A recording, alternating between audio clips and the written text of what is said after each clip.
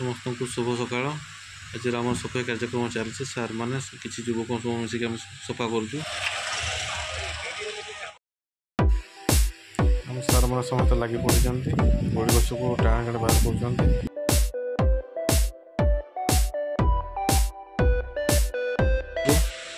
कथा ही बल आमर सरपंच भाई और किसी युवक समस्त मिसिक सफा करुँ टोटाल पड़िया साइड को सफा करूँ ये आम जग फग करूँ से साइड सफा करूँ परिवेश को सफा रखापी तो प्रत्येक रविवार आमर ये सब प्रोग्राम हुए।